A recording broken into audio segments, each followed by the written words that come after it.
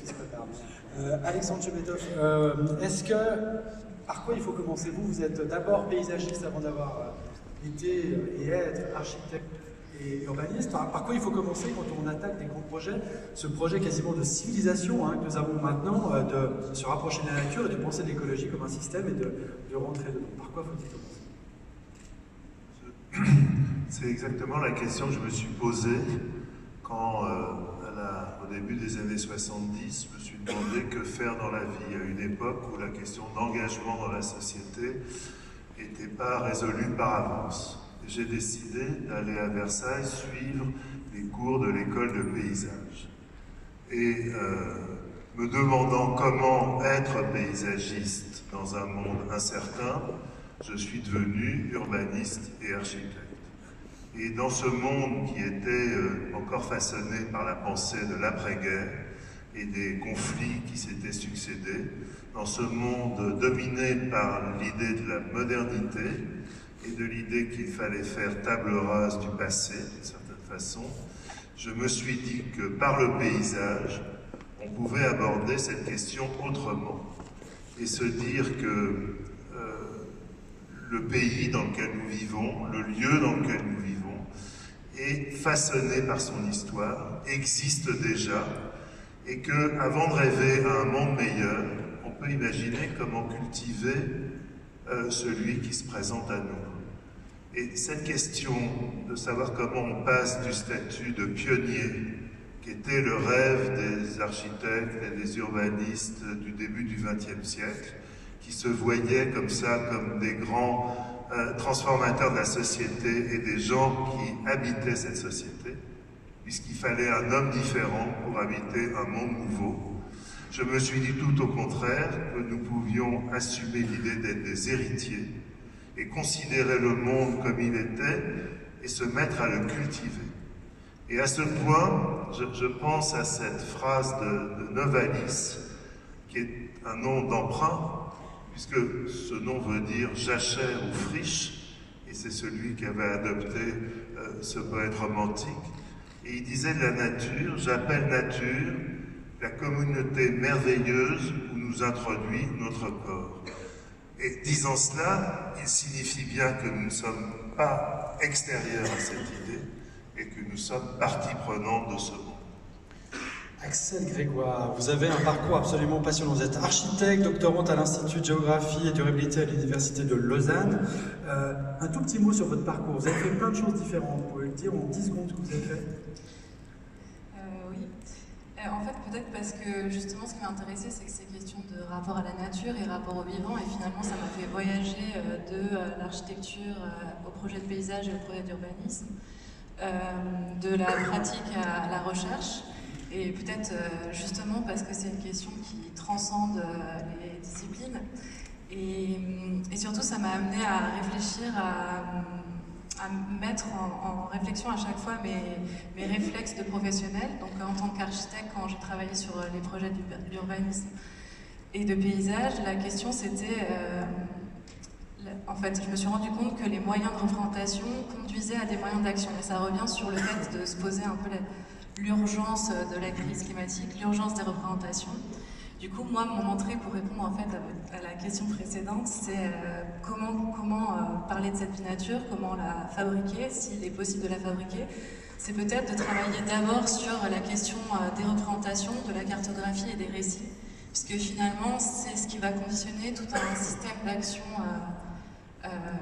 Et pour reprendre, pour faire suite à ce que disait Catherine Marrer, le fait que si on ne change pas de semestre de pensée, on ne change pas de modèle d'action, du coup on va un peu produire des ruines qui s'auto-alimentent en fait. Donc voilà, j'ai un peu dévié par rapport au parcours, mais en tout cas c'est des questions qui sont oui, transdisciplinaires et qui permettent de rencontrer aussi plein de gens, plein de disciplines, de l'écologie, de la philosophie, comment on se nourrit en fait de toutes ces disciplines pour poser les bonnes questions. Axel est super modeste, en fait elle a été ébéniste, elle a fait du théâtre, des lettres, et maintenant elle fait de l'architecture et de la recherche. Et c'est intéressant de voir que de croiser ces disciplines, c'est peut-être comme ça qu'on va réfléchir à la ville de demain. Michel Busseau, alors vous ça vous parle parce que casser les silos, c'est votre credo, j'ai envie de dire. Vous m'avez prévenu, je parle beaucoup, donc vous n'aurez pas la parole longtemps, non, je rigole. Juste, vous êtes quelqu'un qui est géographe, vous avez une vision très politique des choses. Vous avez fait cette théorie sur les hyperlieux, hein, ces lieux de contestation, il y a quelques années. Et pouf, vue de Suisse, nous, on a vu les gilets jaunes arriver, ces ronds-points, ces bras zéro, cette envie de, si ce n'est de nature, en tout cas de village dans la ville, de gens qui se retrouvent autour de la plage du village pour discuter. Est-ce que c'est commencer par ça aussi, de repenser la ville, c'est d'avoir de la contestation? Bon, alors je ne suis pour rien dans les gilets jaunes. Hein. Mon narcissisme en souffre, mais l'honnêteté me pousse quand même à l'affirmer. Mais en revanche, par où commencer? Je serais tenté de dire qu'il faudrait commencer par arrêter. Par arrêter de croire que nous sommes modernes. Bon, ça fait quand même quelques années que certains nous le disent, n'est-ce pas, Catherine? Quelques années que certains nous le disent. Comme beaucoup d'autres, j'ai été marqué par le livre de Bruno Latour. Nous n'avons jamais été modernes. Depuis 25 ans, nous continuons à nous penser comme modernes. Nous continuons à penser que nous avons un droit, une prise légitime, naturelle, imprescriptible et sacrée sur tout ce qui convient à notre développement. Donc nous avons développé un système urbain qui est fondamentalement un système urbain fondé sur l'extractivisme de tout. Tout doit pouvoir être extrait. Toute ressource doit pouvoir être extraite. Et nous-mêmes, d'ailleurs, nous sommes devenus des mines dont on peut extraire de la ressource. C'est ce que font les grands opérateurs du numérique. Google, tous les jours, nous considère comme un puits de mine. Il extrait une ressource pour en faire de l'urbain. Regardez ce que Google, une de ses filiales, entend faire à Toronto. Un quartier, une fraction de ville, dont la ressource extraite principale, c'est la ressource produite par cette mine qu'est l'être humain. Et ça part de l'idée que nous avons un droit de tirage permanent sur tout ce qui peut faire ressource dans le cadre d'un système de plus en plus prédateur. Donc commencer par arrêter d'être moderne, c'est se poser déjà la question de la manière dont on peut faire société avec des non-humains. Que ce soit des non-humains vivants et des non-humains non vivants. Hein, parce que je rappelle qu'un des intérêts de la réflexion sur l'architecture, l'urbanisme, c'est que ça nous confronte dans nos sociétés urbaines à du vivant, mais ça nous confronte aussi à des pierres, à du sable, à des matières, à des reliefs, à des topographies, et que ça fait évidemment aussi partie des choses avec lesquelles nous pouvons faire société. Donc, par quoi faut-il commencer? Eh bien, par réfléchir sérieusement à cette question suivante. Pouvons-nous fabriquer une société urbaine? Pouvons-nous composer une société urbaine à partir de la relation et de l'interdépendance systématique entre les humains et les non-humains? Nous ne sommes plus dans une relation classique, nous sommes dans quelque chose de tout à fait nouveau. Qu'est-ce que ça voudrait dire composer l'urbain à partir de ça? Ben, il y a des prémices, on pourra en discuter tout à l'heure, mais il me semble que c'est par cela qu'il faudrait commencer. Nicolas Plein, vous avez quelque part la solution, puisque sur le site internet de votre société, on peut acheter des arbres et faire de la reforestation. Est-ce que le début de la solution va passer par là, mais est-ce que finalement c'est pas aussi peut-être un petit peu simpliste de simplement planter les arbres? Merci pour la question. Je vais rejoindre, avant de vous répondre très rapidement, ce qui a été dit et les propos de Catherine Larère. Effectivement, on voit poindre aujourd'hui sur les différentes conférences dans la sphère publique, dans les médias, cette notion que nous ne pouvons plus avoir une vision purement anthropocentrée, que l'être humain est propriétaire du vivant, et que finalement, aujourd'hui, je crois que nous sommes tous appelés à nous considérer comme des éléments du vivant, de la biodiversité. Vous êtes la biodiversité. Chacun ici est membre de la biodiversité. Je suis et nous sommes la biodiversité. Et ce qu'appellent des pères fondateurs de philosophie plus éco-centrée, de pères fondateurs de la jurisprudence de la Terre, de la communauté de la Terre, c'est de se considérer comme des membres de cette communauté du vivant et que nous avons tous à coopérer finalement avec ces écosystèmes. Il s'agit évidemment de réduire notre empreinte environnementale par rapport au climat, par rapport à l'effondrement de la biodiversité, mais il s'agit d'aller au-delà et de raisonner en termes de communauté avec le vivant. Et ça rejoint ce que vous disiez par rapport à la ville, pas simplement de limiter notre empreinte, mais de créer des interactions positives pour avoir un rôle mutuellement bénéfique en ce sens-là. Une ville durable, qu'est-ce que c'est selon nous? C'est une ville désirable. Une ville désirable qui fait sens et qui répond aux attentes de nos concitoyens. En France, 90% des Français veulent avoir un contact végétal quotidien. Pour 60% d'entre eux, le plus d'espace vert, c'est quelque chose d'absolument essentiel. Et effectivement, les arbres sont une partie de la solution. Ça n'est pas une solution miracle, mais ça constitue une véritable solution pour se reconnecter à la nature, et les forêts urbaines y concourent. Les forêts urbaines, on en a différents types. On a notamment ces fameuses forêts Miyawaki, qui sont des forêts qui nous viennent du botaniste japonais éponyme, Akira Miyawaki, qui a conçu des forêts dites natives, où on vient recréer sur une petite surface, ça peut être quelques centaines de mètres carrés, des forêts qui vont être composées de 25 à 30 essences différentes, des essences indigènes qui ont été choisies selon le climat des années et des siècles précédents pour reconstituer la biodiversité historique en évidemment prenant en compte les questions de changement climatique. Donc, 30 essences différentes plantées sur une petite surface avec 3 à 5 essences au mètre carré, et on va faire rejaillir un véritable écrin de biodiversité avec tout un tas de services effectivement écosystémiques dont on pourra reparler tout à l'heure. Et dernière chose, ces forêts sont plantées avec et par les citoyens. Parce que c'est ce que disait Nicolas Hulot, on parlait des gilets jaunes, la question de la fin du monde et de la fin du mois. Il n'y aura pas de transition écologique et solidaire si les premières parties prenantes, les êtres humains, ne sont pas les premiers acteurs et artisans de cette transition. Donc, lorsque l'on a planté avec Anne Hidalgo et 200 Parisiens en mars dernier, il y a un an, c'est la plus grande forêt native à Paris, et bien effectivement, les responsables de la mairie de Paris ont eu à cœur de convier tous ces citoyens pour faire corps ensemble et faire jaillir cette biodiversité. C'est une formidable initiative, en même temps on sent qu'il y a une bataille des récits. Il y a un mois ici en Suisse, il y avait Donald Trump à Davos, au forum de Davos, et c'est pas forcément quelqu'un qui est très pro-environnement, il était tout fier de dire qu'il participait au programme qui avait été lancé à ce moment-là sur les 1 trillion trees, donc on ne sait pas exactement combien ça fait, mais on croit que c'est 1000 milliards d'arbres qui vont être plantés dans le monde et qui vont réduire tous les problèmes. Cette bataille du récit, Axel, on voit que tout le monde essaie de s'insérer dans cette histoire, même ceux dont on peut dire, comme les États-Unis actuellement, qui ne sont pas exactement pro-climat. Comment maîtriser ce récit, comment re-raconter une nouvelle histoire en prenant en compte aussi ce que disait Catherine tout à l'heure, à savoir que peut-être qu'il faut complètement changer de système. La question du temps long, c'est-à-dire c'est des êtres qui peuvent nous dépasser en termes de vie.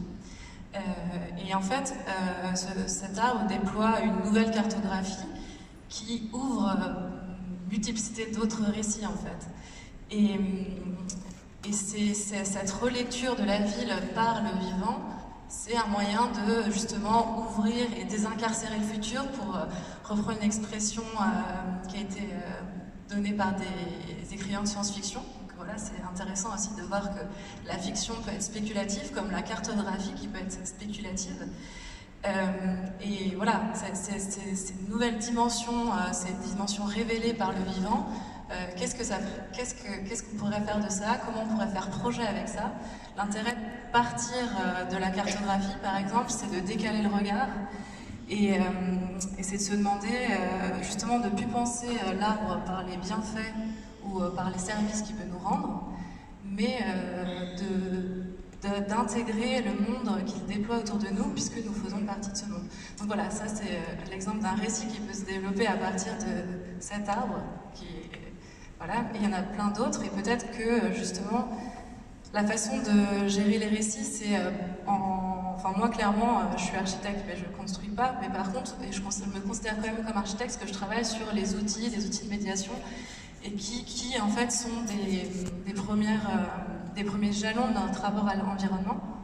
Donc c'est peut-être sur ce travail de récit, sachant qu'un projet d'aménagement c'est une version du monde. Un territoire, c'est plusieurs versions du monde qui coexistent plus ou moins difficilement. Donc en fait, il faut veiller à ce que le projet d'aménagement comme version du monde ne vienne pas effacer les versions du monde préexistantes. Nous connaissons la ville de demain, et les gens qui l'habitent, on les connaît aussi, nous-mêmes, nos enfants et nos petits-enfants. Et en fait, cette idée de la nature et de la ville, elle est déjà présente. Et d'une certaine façon, je pense qu'il faut la révéler. Quand on a dit longtemps il faut construire la ville sur elle-même, ça voulait dire aussi préserver les capacités de la campagne. Il se trouve qu'on est ici à Genève, qu'il y a une protection des territoires cultivés en Suisse, liée au plan Wallen, etc.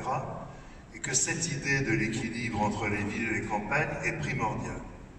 Il faut se mettre à cette échelle, qu'est l'échelle du pays ou de la région, et se dire qu'habiter une ville, c'est habiter un rapport entre la ville et la campagne. Et ce rapport entre la ville et la campagne est déterminant puisque ce sont les campagnes qui nourrissent les villes. Et cette culture, au fond, il faut la mener à cette échelle-là et se dire que les méfaits des guerres successives qui ont modernisé les villes au point d'en faire disparaître l'identité et araser les campagnes en transformant le territoire en une sorte de lieu d'exploitation et non plus de culture, il faut revenir sur ces espaces-là. C'est repenser la campagne et repenser la ville dans une harmonie nouvelle. Et la fresque du bon gouvernement de Sienne n'est pas du tout périmée, c'est-à-dire qu'elle fonde un rapport réel qui est le rapport qui nous concerne et qui est ce rapport entre ville et campagne. Alors maintenant, que faire dans les villes? Comment transformer des quartiers? Je le fais en ce moment à Nancy, dans un quartier, dans deux quartiers. Un qui est au bord de la rivière, et c'est le lien avec l'eau, donc la ville de l'eau, comment on refonde la ville sur l'eau, la Meurthe à Nancy, le canal de la Marne en Rhin. Et d'autre part, sur le plateau, à 150 mètres au-dessus, en lisière de l'une des plus grandes forêts domaniales, la forêt de Haye, la ville de la forêt. Et chacune de ces deux villes, la ville de l'eau et la ville de la forêt, sont comme deux alternatives des différentes villes de Nancy, la ville vieille, la ville de Charles III, la ville de Stanislas, la ville de l'école de Nancy et la ville plus moderne.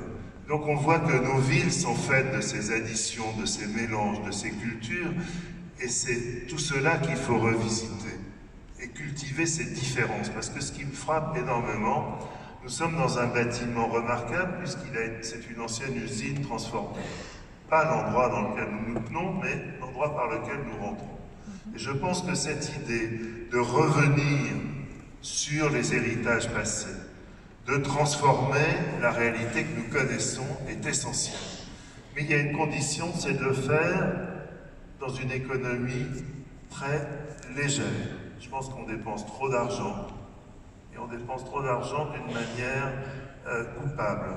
C'est-à-dire, la principale attention qu'il faudrait avoir, c'est de dépenser moins d'argent et de trouver les bonnes correspondances entre les lieux qui existent et les programmes qu'on imagine. Souvent, on dépense un fric fou pour transformer un lieu qui n'est pas destiné à recevoir le programme, alors qu'il suffirait de trouver dans un lieu existant la bonne correspondance avec des besoins de la ville et nos besoins d'aujourd'hui. Donc cette idée d'un travail qui sera un travail en amont sur le rapport entre un site existant et un programme, et de plus sur l'identité des lieux, c'est-à-dire ce que Jean-Christophe Bailly appelait le dépaysement, dans un livre qui est une déambulation extraordinaire dans la France. C'est-à-dire comment faire pour que, sortant du train à Bordeaux, à Nantes ou à Lyon, on ne se retrouve pas dans des quartiers qui se ressemblent extraordinairement et qui rendent quasiment impossible l'idée du voyage. En fait, il faut imaginer que retrouver la nature en ville, c'est retrouver aussi la qualité des différences. Et je ne partage pas l'idée, de ce point de vue-là, des essences indigènes.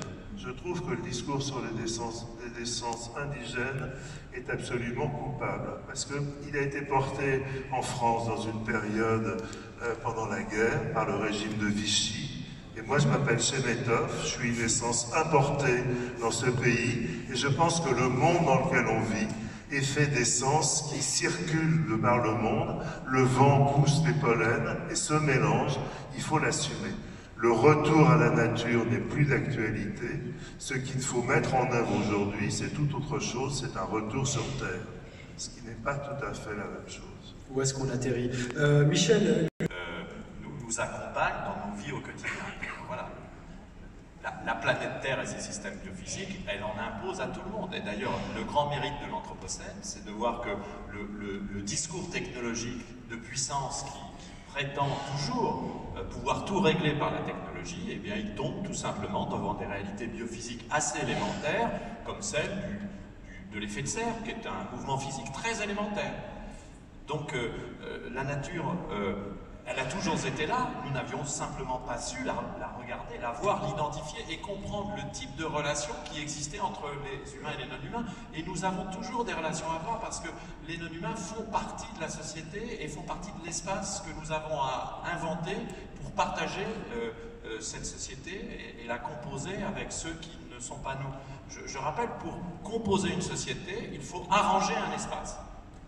Il n'y a pas d'autre possibilité. C'est là où le géographe prend un peu d'arrogance, puisqu'il rappelle à tout le monde qu'il n'y a pas de société sans espace qui permettent à cette société de se composer.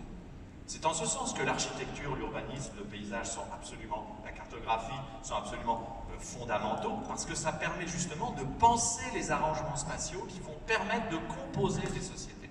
Et cette société aujourd'hui, nous avons besoin de la recomposer dans un contexte qui est absolument inédit, le contexte du changement global, que plus personne ne peut nier, sauf peut-être quelques histrions à Davos, le changement global, mais aussi la redécouverte du cancer des inégalités sociales et de la mise en jeu de la capacité à faire société par ces inégalités sociales, mais aussi par cette mise en péril aussi de l'humanisme traditionnel tel que nous l'avons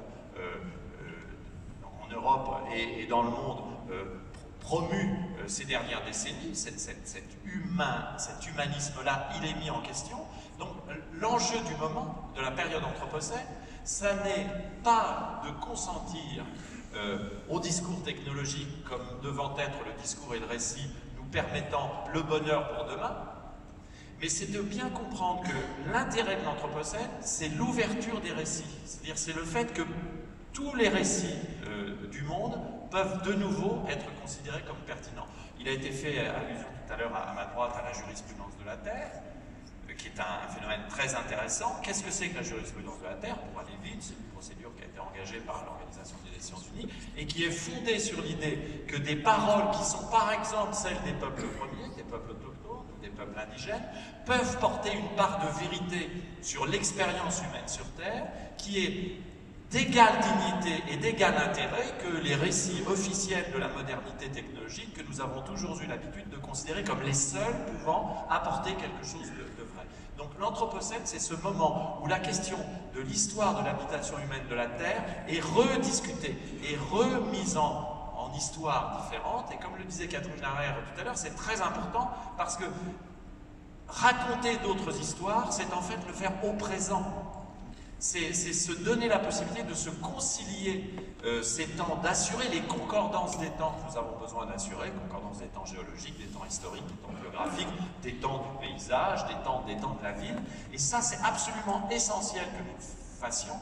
C'est pour ça qu'aujourd'hui, par rapport à la question que vous posez, aussi curieux que ça puisse paraître, il y a évidemment des questions de composition de la société, de composition de l'espace, mais il y a aussi des questions de narrativité. C'est-à-dire qu'il faut accepter de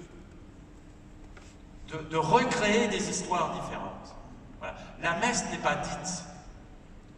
Et l'avenir n'est pas écrit, pas plus par les collapsologues que par les technologues.